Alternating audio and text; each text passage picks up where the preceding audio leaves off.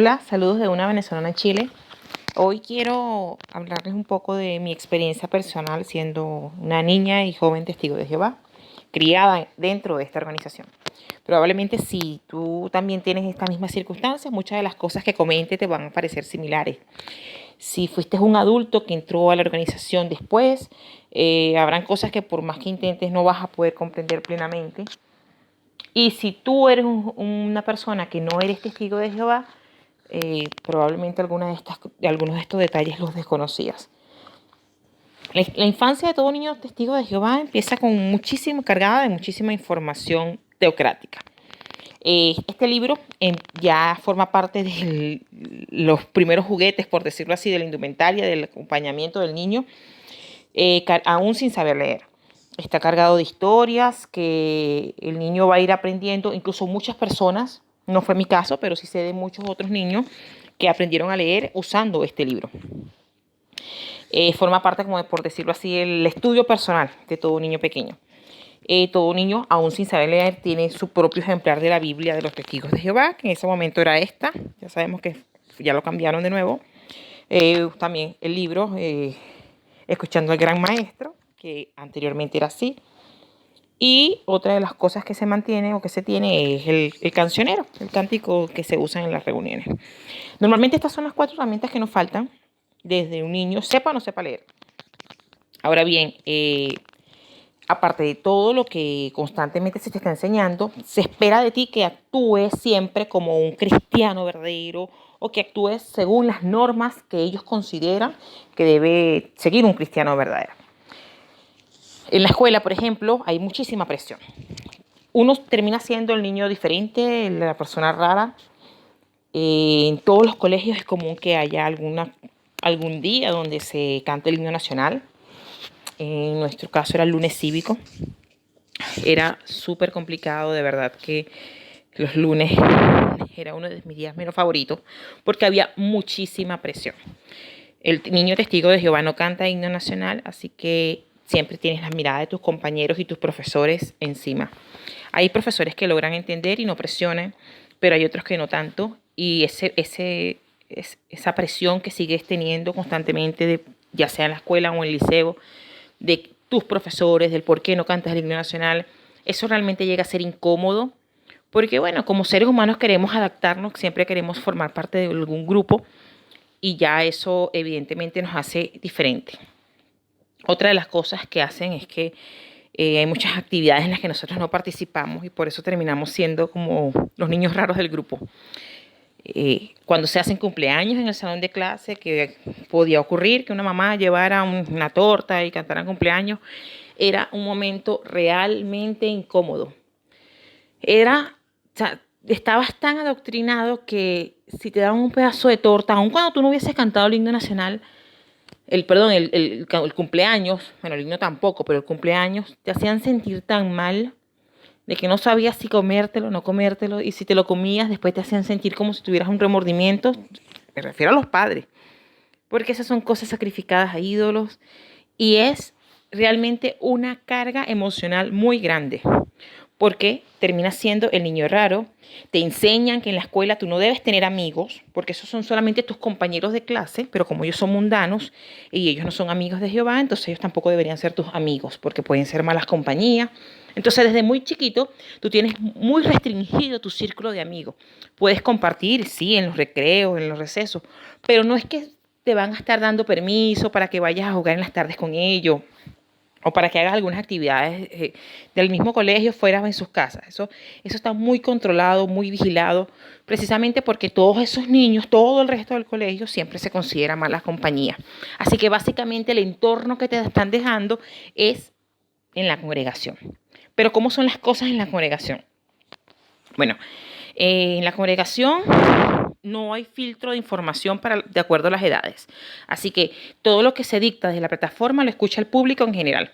Eso quiere decir que si se están hablando de Armagedón, de cómo van a hacer la guerra, de que van a haber muertos por todos lados, o se está hablando de temas fuertes, refiriéndose, por ejemplo, a inmoralidad sexual, o qué se permite o no se permite en el matrimonio, porque hasta ese nivel se llega, todo eso pasa todo eso se dice sin ningún filtro. Un niño desde que nace hasta la persona más envejecida, todos reciben la misma instrucción. En un lugar así, básicamente es la estructura del Salón del Reino, y es difícil para un niño testigo de Jehová de 3, 4, 5 años estar sentado por 2 horas sin pararte, sin moverte, sin poder hablar. Si tratabas de hablar con tu hermano o con otra persona o voltear la silla, podías en algunos casos, y yo lo vi muchísimo, recibir un pellizco, un codo con un codazo. No te podías quedar dormido porque aunque las reuniones fuesen de noche, eso era algo que, bueno, impensable que un niño hiciera. Yo recuerdo que, por ejemplo, la reunión de los jueves era de 7 a 8:45. Yo siempre estudié en la mañana, así que yo iba a las reuniones, perdón, yo iba al colegio, salía de mi casa sobre las 6:30 de la mañana. Ya a las 6 de la mañana ya yo estaba levantada. Llegaba a mi casa después de mediodía, almorzaba y en la tarde tenía que preparar la reunión de la noche y hacer mis tareas. Por lo tanto, normalmente yo no descansaba en la tarde.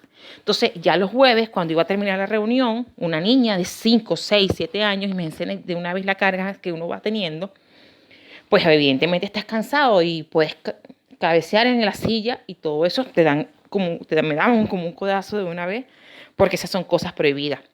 En general yo me portaba bien, pero si un niño quería estar parándose de su puesto o quería estar molestando en el sentido de que estuviera tratando de hablar con otro, pues eso era llevado hasta la parte de atrás. Recuerdo que lo llevaban dentro del baño y al niño le pegaban o le metían un pellizco.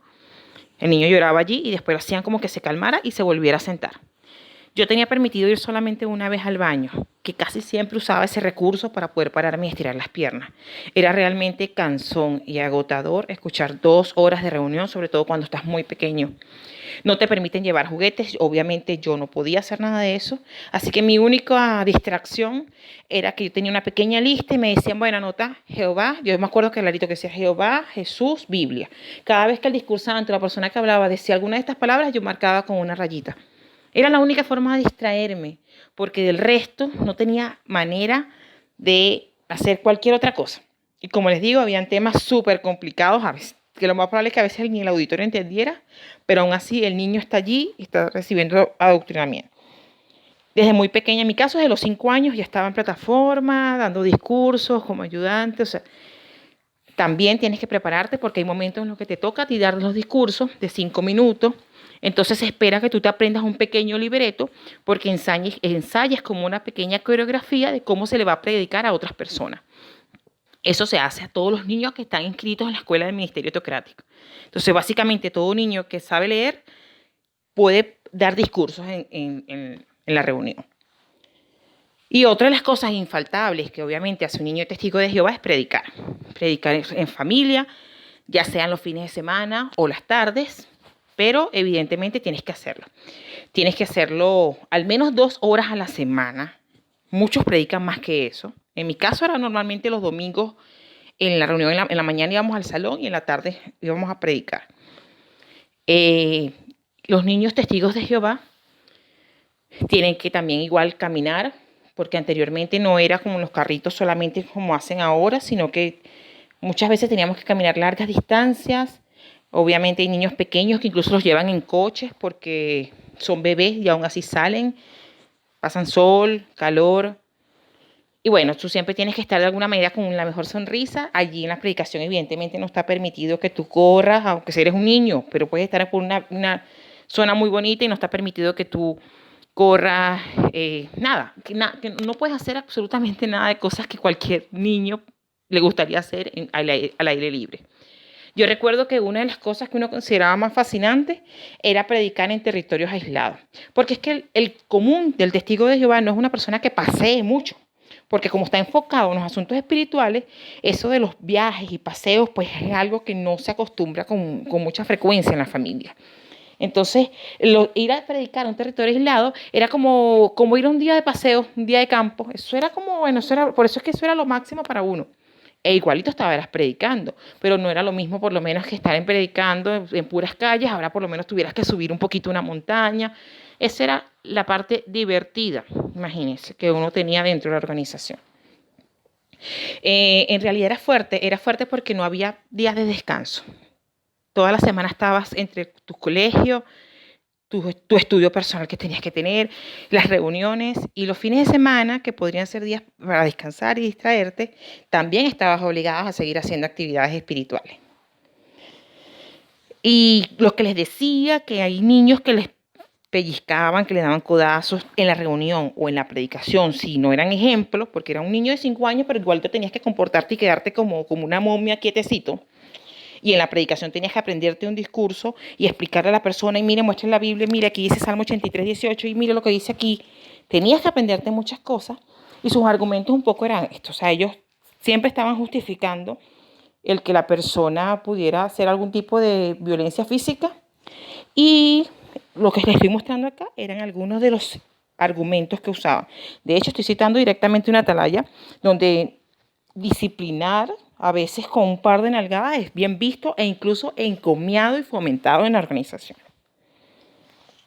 Ahora bien, si ya tú eres un adulto, pues ya pasaste toda esta etapa, tienes que recordar, o seguro coincides conmigo, en que la organización de los Testigos de Jehová definitivamente nos causa un daño emocional muy grande.